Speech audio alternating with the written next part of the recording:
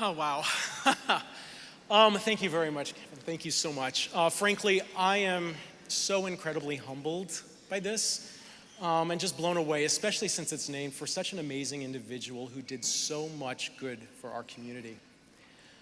I really hope at some point I can actually live up to Jack Waters' legacy, and this gives me the inspiration to keep trying.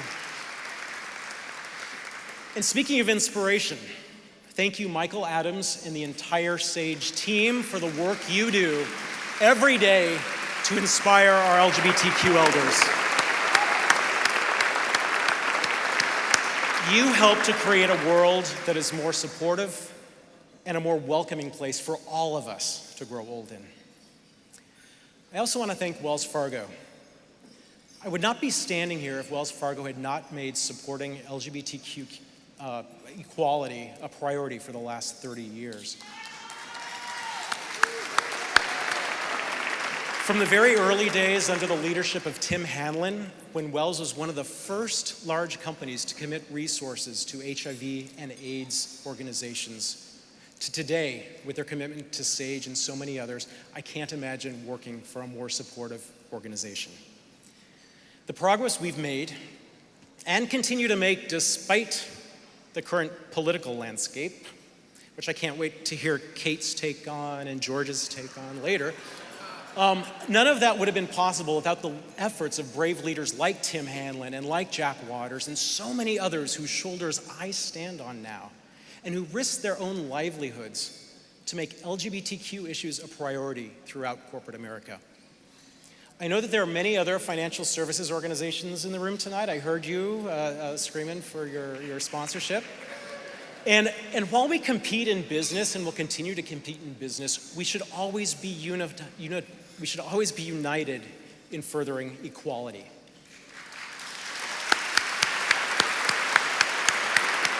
So thank you all for the work that each of you does at your own company to make that difference.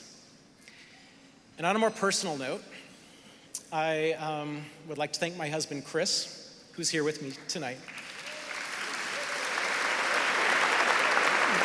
He doesn't always come out for these things, so this is kind of a big deal. We've been together 21 years. And by the good grace of Jim Obergefell and Edie Windsor, we got married a little over 4 years ago.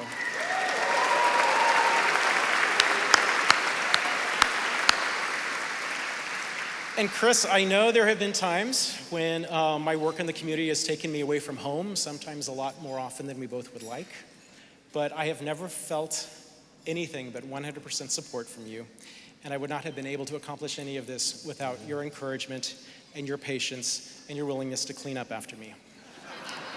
You're my inspiration, and I love you. And I'll close with one last thought. In my day job, I have the incredible honor and privilege to work with some of the most amazing organizations in our country that are literally saving lives in our community. Trevor Project, Glisten, Point Foundation, all amazing organizations. But they have an automatic advantage over SAGE due to the fact that they focus on youth. And of course, that focus is so critical, and we should all be supporting them because that need is so great. But their advantage comes from the fact that we've all been young at one point or another and have felt the incredible isolation that being a young LGBTQ kid in this sometimes brutal world can bring. I know I did growing up, so I can personally relate to their work and understand the need. But most of us out there in the community, we don't know what it feels like to be an LGBTQ elder yet, and all the unique challenges it brings with it.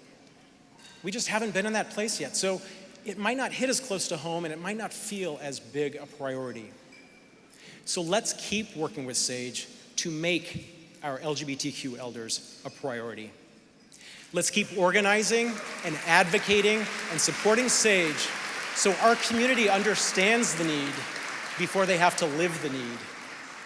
And hopefully, together, we can make it a better, more humane community where there is respect, support, and yes, love for all of us. Thank you very much.